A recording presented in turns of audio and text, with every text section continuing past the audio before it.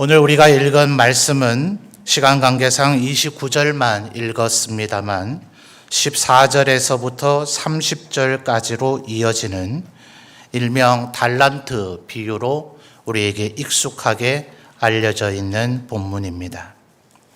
이 말씀은 예수님께서 십자가를 지시기 위해서 예루살렘에 입성하셨을 때 그로부터 이틀 후 우리가 보통 부활주일을 지키게 되면 절기에 따라서 날짜를 계산하여 한 주일 전을 예수님께서 예루살렘에 입성하신 일명 종려주일이라 그렇게 지키지 않습니까?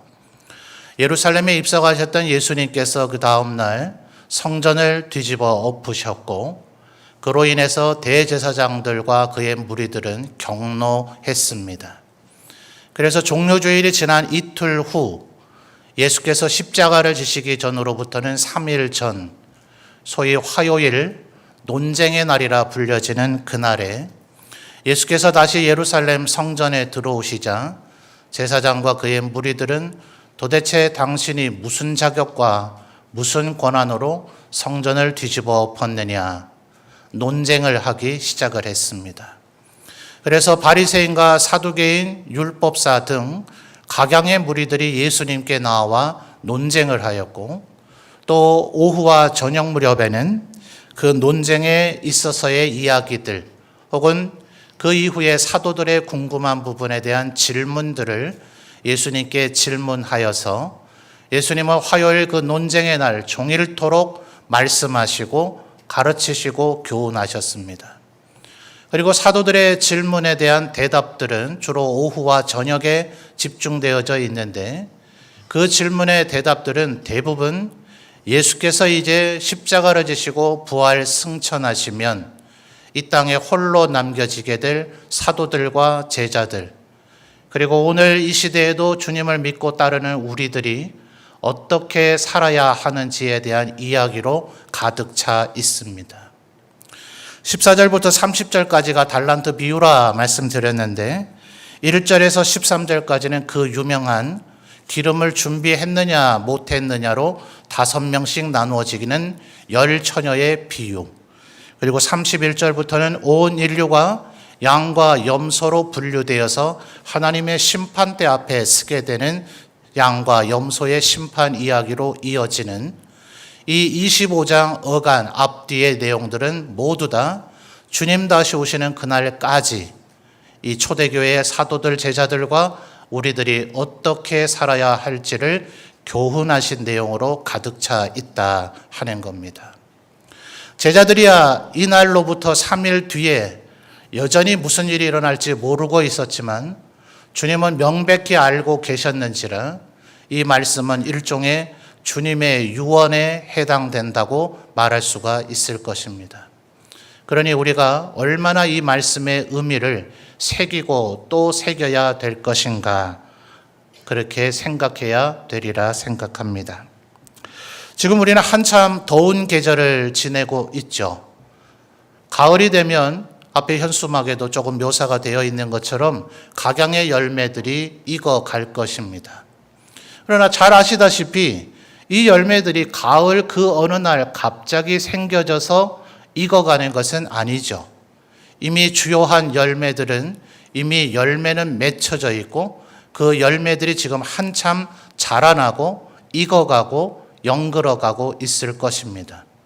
그러므로 우리도 지금 이때가 덥다라고만 할 때가 아니라 이럴 때일수록 오히려 우리의 신앙은 익어가고 있는가 연그러가고 있는가를 점검해야 되리라고 생각합니다. 어쩌면 우리 성도님들께서 너무나 익숙하게 알고 계실 달란트 비유이지만 다시 한번 강조되어져야 될 부분이 무엇인가 하는 것들을 정리해 보시는 오늘이 되시기를 바랍니다. 자, 먼저 19절을 우리 성도님들이 한번 읽어 보겠습니다. 19절 말씀 읽어 주세요. 시작.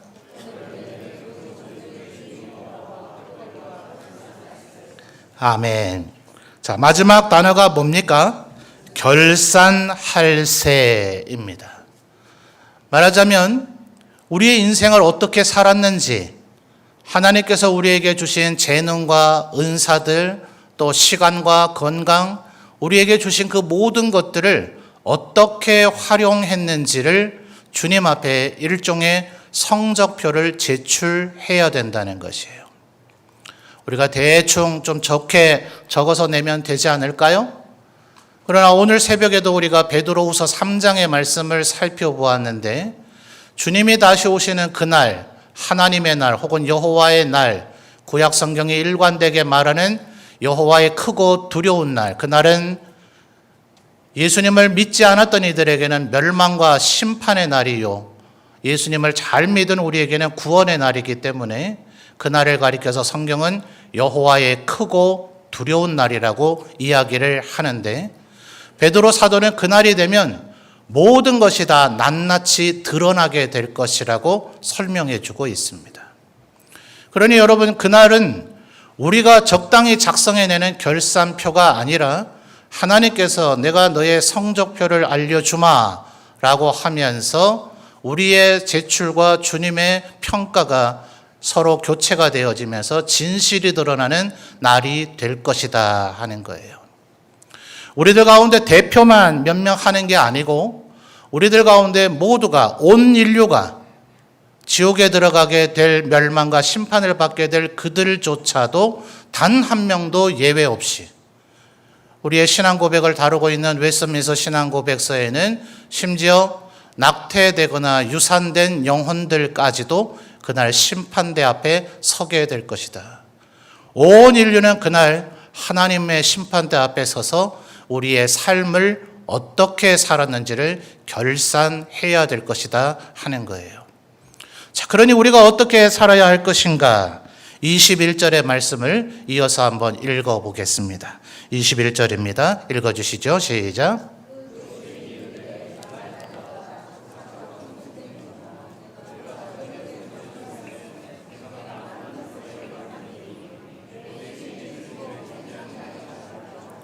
아멘. 21절을 보시면 충성이라고 하는 단어가 몇 번 나옵니까? 2번 반복되죠. 상반절에 보시면 그 주인이 이르되 잘하였도다 하면서 이 종을 논평하기를 착하고 어떤 종이요? 충성된 종이라 얘기하시면서 네가 적은 일에 뭐 했다고요? 충성하였다고 논평해 주고 있더라 하는 거예요. 자, 그러니 우리 뭐 해야 되겠습니까? 충성해야 되겠죠. 23절을 보면 21절 방금 전에 읽었던 21절은 5달란트를 받아 5달란트를 남긴 사람에 대한 논평인데 23절은 2달란트를 받아 2달란트를 남긴 사람에 대한 논평이지만 거의 문장은 동일합니다. 그러니 하나님께서 우리에게 일관되게 원하시는 것은 충성이라는 것인데, 몇 번 우리가 설교하면서 제가 말씀드렸습니다만 번역이라 하는 것은 원문의 의미를 한 80%밖에 살리지 못한다 하는 언어학적인 한계가 있다, 그런 말씀을 드렸죠. 특별히 우리 한글 성경을 읽을 때 주의해야 되는 것은 우리 한글이 고대로 내려오는 순수 한글이 많이 사라졌어요. 여러분, 99 더하기 1을 우리가 뭐라고 얘기합니까? 100이라고 얘기하죠. 학교 다닐 때 배웠던 걸 잘 기억해 보시면 온이라고 하는 단어가 있었습니다. 근데 지금은 누구도 100을 가리켜서 온이라고 말하지 않죠. 그저 100이라고 말하는 것이 통념이 되어 있고, 온이라 말하면 누구라도 거의 못 알아들으실 겁니다. 그러니까 우리의 한글은 실제로 국어 사전을 보면 51% 이상이 한자어로 되어 있어요. 한자어는 뜻을 담고 있기 때문에 굉장한 의미를 묵상하게 되는 유익이 있긴 하지만, 한자어로 된 것에 너무 창념하게 되어져 버리면 히브리어와 헬라어의 원문의 의미를 잘 못 깨닫는 위험이 있습니다. 그래서 저도 학교 다닐 때 영어는 양가 했던 사람인데요. 번역된 한글 성경이 있잖아요. 그래 영어 역본과 대조를 해서 보시면 이미 해석은 되어 있기 때문에 영어 원문의 의미를 추가로 묵상하는데 그다지 어려움이 없습니다. 그래서 영어 역본을 하나 정도라도 쉬운 것을 대조해서 보시면 보다 정확한 원문의 의미를 우리가 깨닫고 이해하는 데 도움이 됩니다. 왜냐하면 이 충성이라고 하는 단어는 우리나라는 고래로 유교의 관습 속에서 충효라고 하는 관습이 우리에게 있었습니다. 임금에게 절대 충성해야 되죠. 또 민주주의 사회를 거치면서도 군인 출신의 대통령분들이 여러 분 계셨는지라 우리 사회의 일반적인 충성에 대한 개념은 군 부대에서 요구되어지는 충성의 개념으로 이해되어지는 경우가 굉장히 많습니다. 성경은 우리에게 그런 충성을 요구하고 있는가? 아니에요. 헬라어를 보시면 갈라디아서 5장 22, 23절에 성령의 9가지 열매가 나오고 있는데 그 중에도 하나가 충성으로 거론되어 있죠. 이 충성은 믿음이라고 하는 헬라 단어와 어원이 같습니다. 동일한 단어에서 믿음이 나오고 충성이 나왔다는 거예요. 복잡한 거 생략하고 결론만 말씀을 드리면 성경에서 얘기하는 충성이란 믿음에 뒤따른 행동이다 하는 거예요. 그러면 이 상황에서는 우리가 어떤 믿음을 가져야 되는가?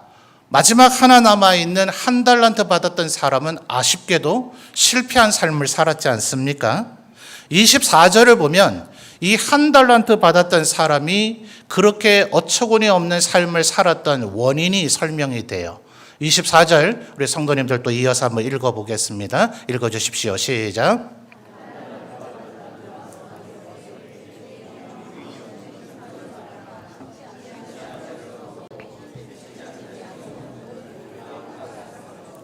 아멘. 이 비유 속에서 나오는 주인은 예수 그리스도와 하나님, 삼위일체 하나님을 의미하는 것인데 여러분이 한번 답해 보십시오. 우리의 하나님은 심지 않은 데서 거두고 해치지 않은 데서 모으는 그런 분이십니까? 아니죠.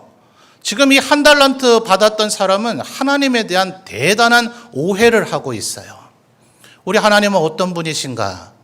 바울 사도는 에베소서 1장에서 이렇게 설명합니다.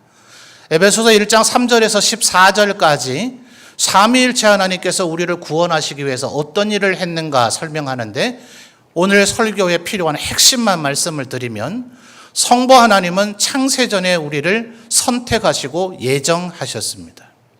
성자 예수 그리스도께서는 우리 대신 죽으심으로 그 십자가의 보혈의 피로 우리를 구속하시고 구원하셨습니다. 그 다음이 이제 성령님의 사역인데 이 성령님께서는 우리 각 사람의 심령에 이 예수 그리스도의 보혈의 은혜, 이 십자가의 구속의 사역을 믿도록 우리의 마음에 역사하셔서 우리에게 도장을 찍어주셨어요. 그래서 성경에서는 이것을 인치심이라 이렇게 단어를 설명하고 있죠. 누구의 소유인가? 이제 누구의 백성이 됐는가? 서양 사회에서는 소와 양을 수백 수천 마리를 여러 명의 목자가 함께 뒤섞여서 돌보고 해야 되니 이게 누구 소유인지를 표시를 해야 되거든요. 일일이 우리 동양처럼 코를 뚫고 이렇게 할 수가 없는지라 고대에는 독특한 금속 문양을 달구어서 엉덩이나 허벅지 쪽에 낙인을 찍음으로써 이것이 누구의 소유인지를 표시했습니다. 하나님께서 우리에게 그렇게 인치셨다는 말이에요. 도장을 찍어놔서 이는 내 백성이다, 내 소유물이다, 절대로 누구도 건드릴 수 없다라고 얘기하고 계시는 것이며 이제 하나님의 백성이 된 우리는 하나님이 만유의 주인이신데 이 모든 것을 그리스도와 함께 상속하는 이 상속자가 되어져서 마치 이 사회에 있는 회사들, 기업을 경영하는 자와 같이 하나님의 유산을 상속하게 되었다 하는 거예요. 그런데 만약 우리가 하나님으로부터 아무리 어마어마한 유산을 물려받았다 하더라도 그걸 부도내버리면 어떡해요? 과거에 우리 연대보증이라고 하는 개념이 있었잖아요. 그래서 성령 하나님께서 우리의 기업의 보증이 되십니다. 망할 수 있습니까? 안 망합니다. 우리가 때로 실수하고 게으르고 나태해서 경영을 잘못했다 하더라도 성령님이 우리의 보증인이 되어주시기 때문에 우리의 모든 책임을 성령님께서 책임져 주심으로 우리는 절대로 실패할 수가 없는 거예요. 그러니 이것을 믿는 자, 그가 뭐 할 수 있다고요? 충성할 수 있다 이 말입니다. 맹목적인 충성을 얘기하고 있는 것이 아니라 믿음을 통한 믿음에 의한 행동을 하는 것. 그러니 5달란트와 2달란트 받은 사람이 이와 같은 열매를 만들어낼 수가 있었던 거죠. 우리 성도님들 하나님께서 믿음 주셨습니까? 하나님께서 은혜의 선물로 우리 성도들의 심령마다 선물을 주신 줄 믿습니다. 그러니 그 믿음이 이미 우리에게 주어졌으므로 그 믿음을 가지고 하나님께서 내가 순종하며 하는 일에 열매를 맺게 해주실 것이라는 믿음 가지고 살아가면 그것이 충성이 되고 그것이 열매 맺는 삶이 되는 것이죠. 그러므로 5달란트와 2달란트 받은 이들처럼 많은 열매를 맺어서 하나님으로부터 착하고 충성된 종이라 칭찬받을 수 있는 우리 모든 성도들이 되시기를 바랍니다. 그런데 하나님께서 이렇게 우리에게 결산을 하게 하시기 때문에 결산을 우리가 준비하고 충성하며 사는 사람이 또 한 가지 놓치지 말아야 될 것이 있습니다. 자, 21절을 이미 읽었습니다만 제가 충성이라고 하는 두 글자는 이미 2번 나온 단어는 충분히 설명했는데 목사가 뭘 더 설명하려고 21절을 또 읽게 하는가, 이 궁금증을 가지고 여러분 다시 한번 21절을 읽어주시기 바랍니다. 21절입니다. 시작.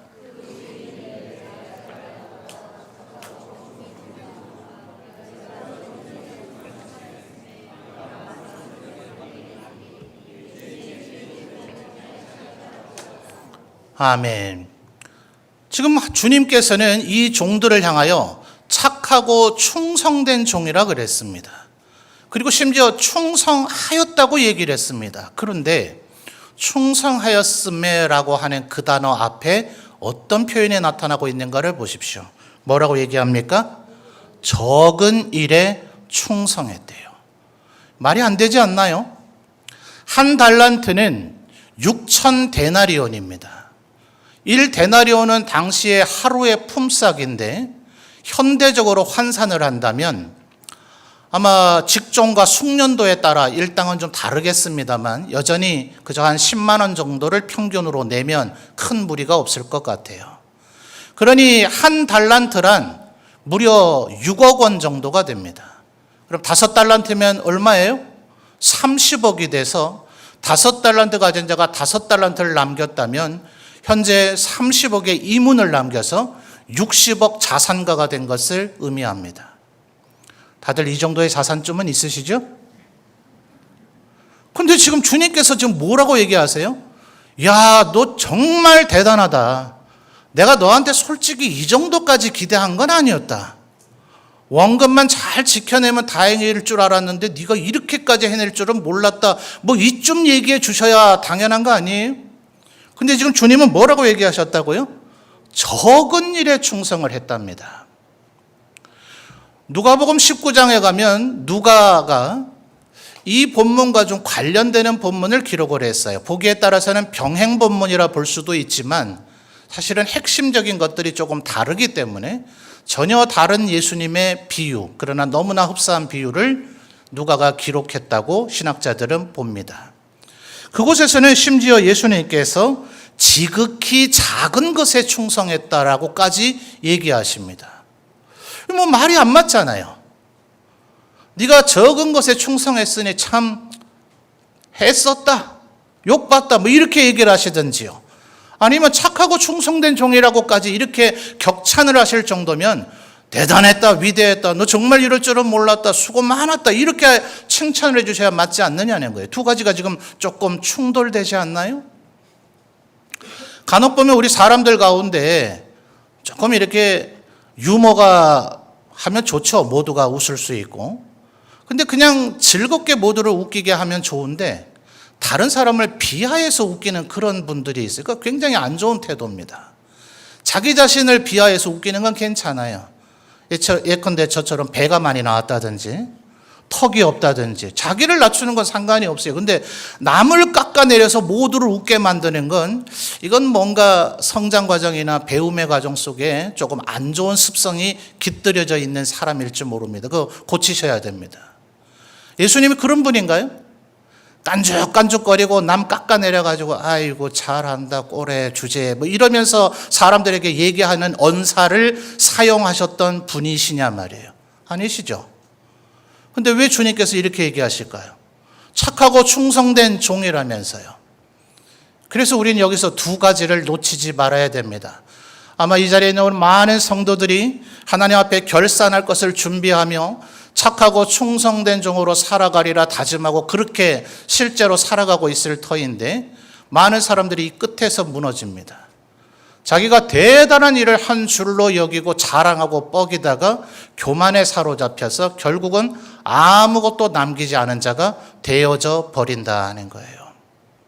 우리들끼리 도토리 키재기 할 때는 대단하고 위대한 일을 한 것 같지만 주님의 냉정한 평가, 그분은 남을 폄훼하거나 비방하거나 비난하거나 조롱하는 분이 아니신데 그분이 하고 있는 냉정한 평가는 우리가 한 그 위대한 것 같아 보이는 그 일조차도 적은 일이요 지극히 작은 일에 불과하다는 사실입니다.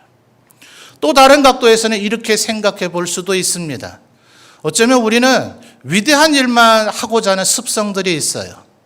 이 일을 하고 나면 남들이 알아줄 만한 일, 칭찬할 일, 남들에게 많이 드러나는 일, 박수 받을 일, 이런 일에는 교회 안에서도 경쟁이 막 생깁니다. 서로 너도 나도 하고 싶어가지고 왜 나한테는 이 일을 안 시키냐? 왜 저 사람에게 그 일을 시켰느냐? 내가 해야 되는 게 더 맞지 않느냐? 절대로 그런 경쟁에 끼어들지 마십시오. 교회 안에도 이 세상에도 그렇지만 교회 안에도 3D라는 게 있어요. 힘들고 어렵고 하기 싫은 거. 그런 일을 해야 됩니다. 주님의 이 말씀은 어떤 면에서는 네가 적은 일에 충성했기 때문에 지금 달란트를 남긴 것이다. 네가 지극히 작은 일을 했기 때문에 지금 남긴 것이다 라는 의미일 수도 있어요. 만약 남들이 다 알아주고 박수치고 칭찬해줄 그 위대해 보이는 그 일을 했다면 이 세상에서 이미 칭찬받고 박수받고 사람들이 다 알아줬기 때문에 나는 대단히 많은 달란트를 남긴 것 같으나 실상은 적자를 냈고 부도가 났고 주님께서 보증을 서주셨길래 겨우 원금을 보존했는 수준일지 모른다 하는 겁니다. 그러므로 정말 주님 앞에 착하고 충성된 종이라 칭찬받고 싶다면 우리는 적은 일 혹은 지극히 작은 일에 주목하시고 그 일을 내가 해보리라 도전하시는 우리 성도들이 되시기를 바랍니다. 여러분, 안타까운 사람이 나타나잖아요. 26절 우리 성도님들 이어서 읽어주십시오. 26절입니다. 시작.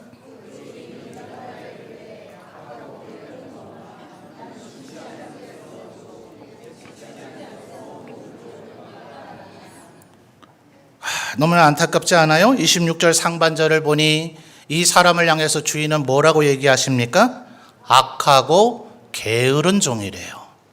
30절을 한번 또 읽어볼까요? 마음에 좀 각오를 하시고 읽으셔야 됩니다. 너무 무서운 말이 나오므로. 30절입니다. 시작.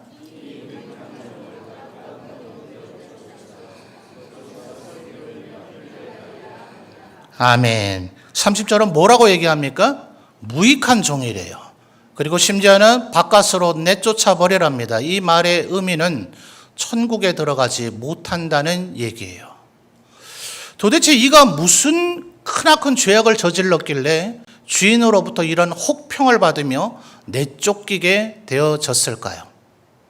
흔히 우리가 생각하는 이 함정에 빠지는 것이 5달란트, 2달란트보다는 너무나 적게 받았기 때문이 아니냐, 이렇게 생각하는 경향이 많아요. 방금 전에 이미 환산해 드렸습니다만 5달란트는 현대적 가치로 환산하면 얼마쯤이 된다고요?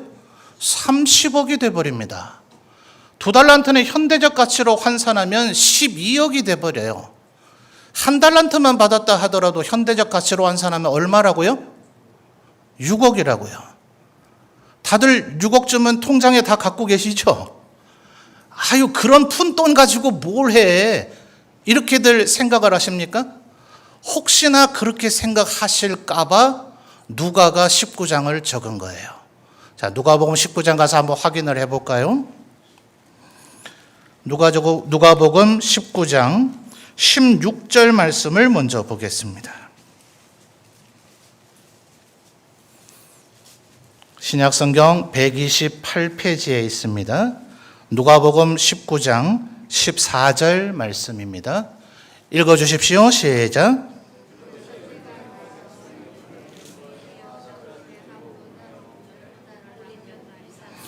제가 몇 절 읽으라 그랬죠? 죄송합니다. 16절을 먼저 읽고 그 다음에 14절을 읽을 거라서 뇌에서 좀 혼동이 왔습니다. 죄송합니다. 16절 먼저 읽겠습니다. 시작.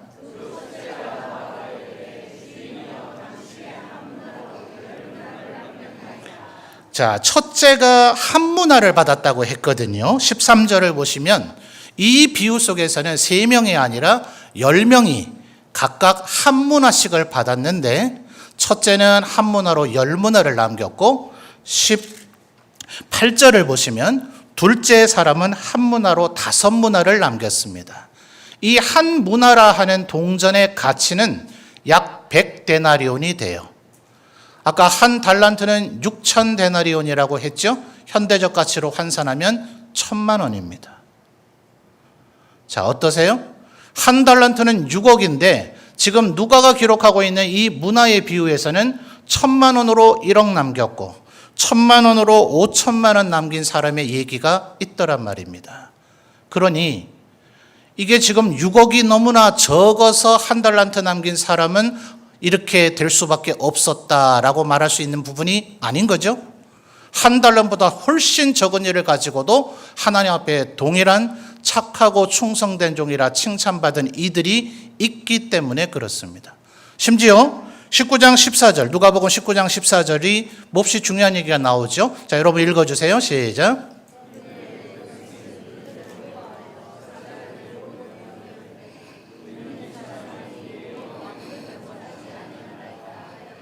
아멘.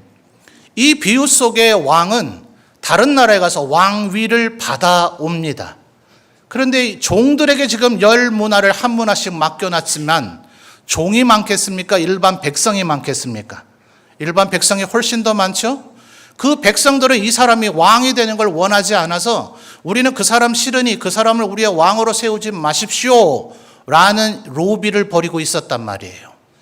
그러니 이 주인이 맡기고 간 그 종들이 이 일을 제대로 할 수 있었겠습니까? 아마 종들이 하는 일을 못하게 만들려는 집요한 방해가 있었을 거예요. 겨우 1,000만 원을 가지고도 많은 방해가 있었는데도 불구하고 1억 원 5천만 원을 남겨서 칭찬받은 사람이 있더라는 거죠. 그러면 6억 때문에 문제가 된 것은 아닐 거예요. 자, 이제 마태복음으로 다시 되돌아오시죠. 25절을 보면 이 사람이 이렇게 책망받은 이유가 나타납니다. 마태복음 25장의 25절입니다. 자, 여러분 읽어주세요. 시작.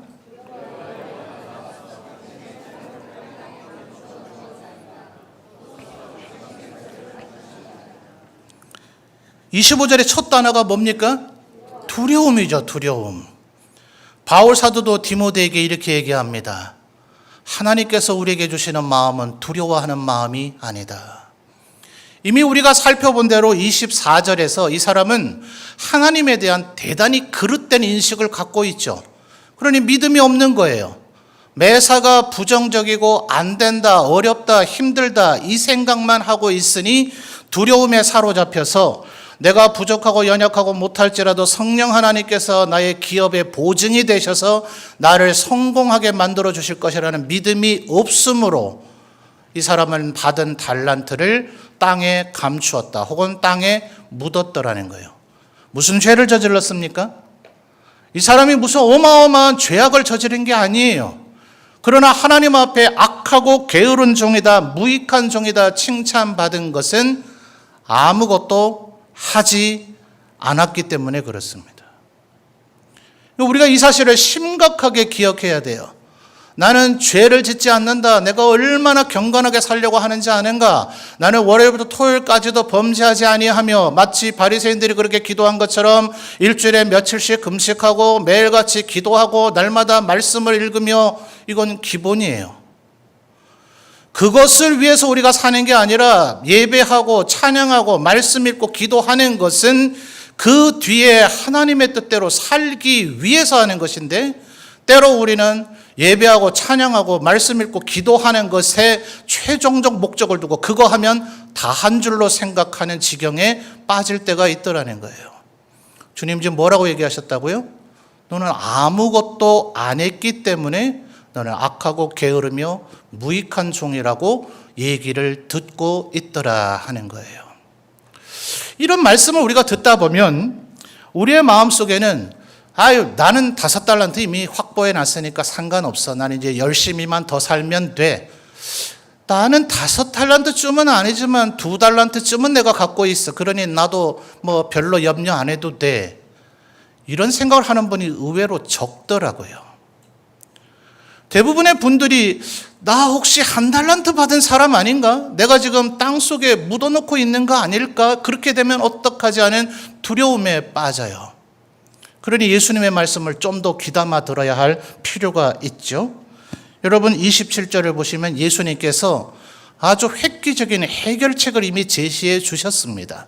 자, 27절 여러분이 또 읽어 주십시오. 시작.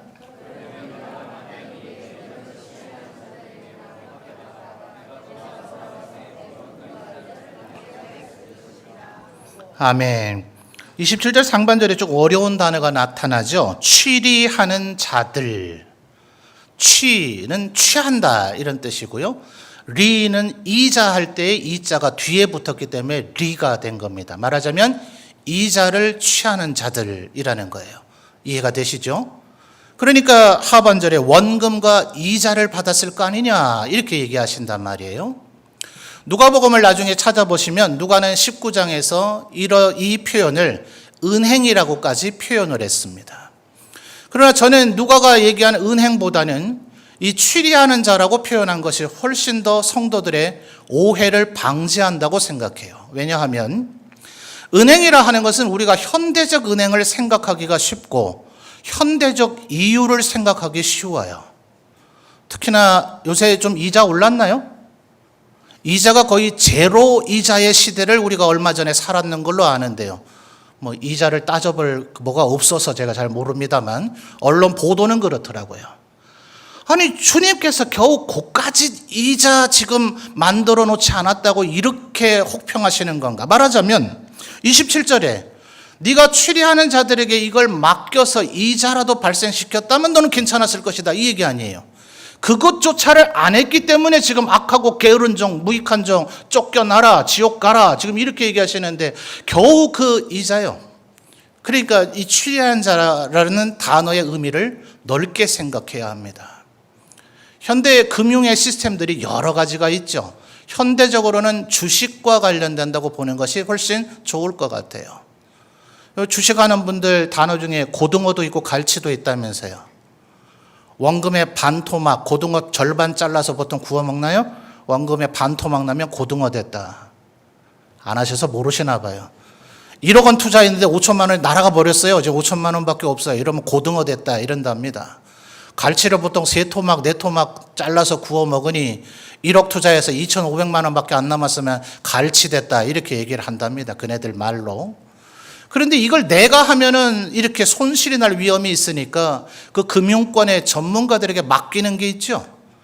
은행이야 저금을 하면 정해진 이자에 따라서 얼마 따박따박 이자가 나오지만 주식하는 분들에게 내가 돈을 맡길 때는 어떻게 됩니까?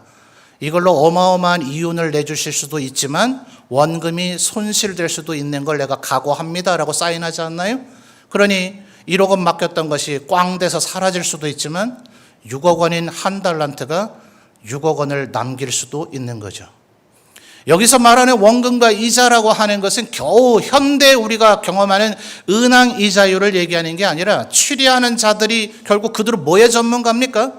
이 돈을 가지고 뭐 장사를 했는지 돈놀이를 했는지 뭘 했는지 모르지만 다양한 방법을 통해서 이문을 남기는 일의 전문가란 말이에요.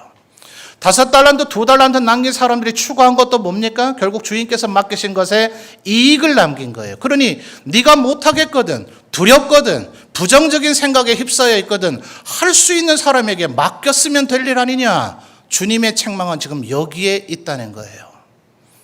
여러분 고대 왕들은 만기칠람이라 그랬죠.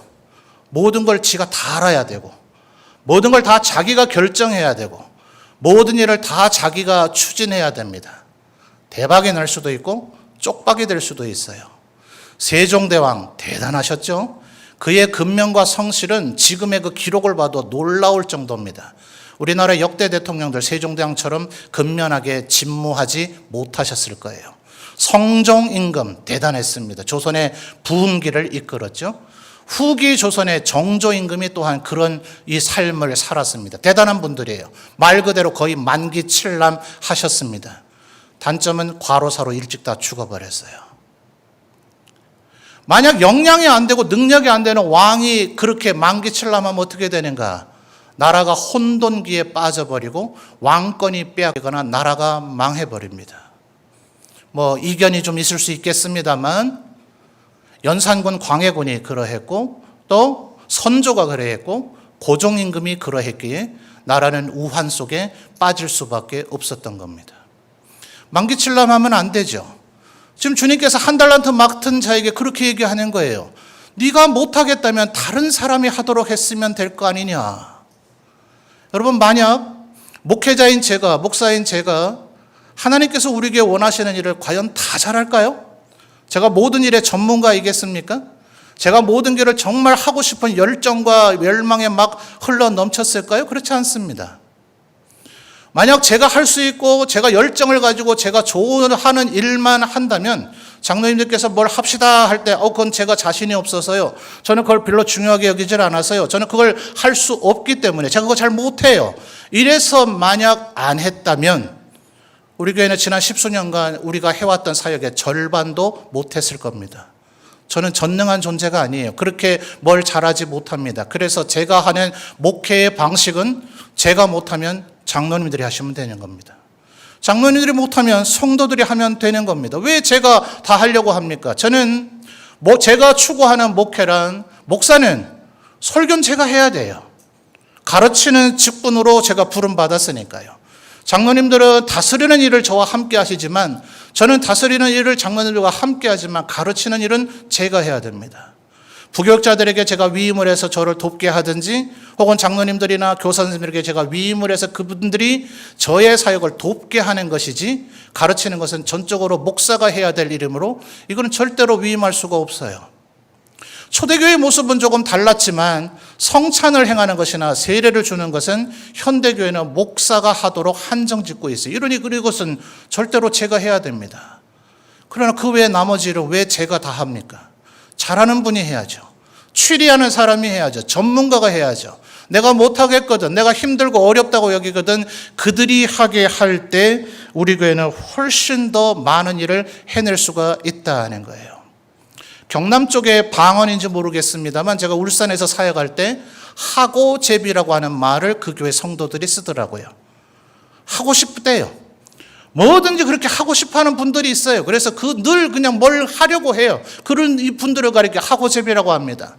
그들이 하게 하면 되는 거예요.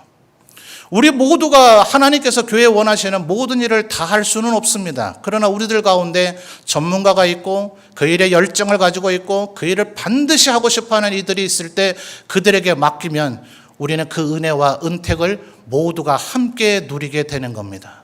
그런데 만약 우리들 가운데 누가 그 일을 두려워하고 할 수 없다 한다면 그래서 안 하고 그래서 못하고 그래서 보류하다 보면 몇 년이 지나고 나면 우리는 아무 일도 안 하는 이들이 될 것입니다. 여러분, 모쪼록 이 5달란트와 2달란트 받은 사람처럼 하나님 앞에 겸손하게 내가 하는 일은 작은 일이다 혹은 적은 일이다 여기면서 우리 모두가 주님 앞에 결산해야 될 날이 있을 것임을 기억하여서 하나님께서 우리 교회에 명하신 일들 내가 못한다면 전문가, 할 수 있는 사람에게 그 일을 맡기고 위탁하고 분산해서 우리 모두가 하나님 앞에 충성함으로 모두 다 마치 5달란트 남긴 사람인 것처럼 하나님 앞에 착하고 충성된 종으로 칭찬받게 되시는 모든 성도들이 되시기를 바랍니다.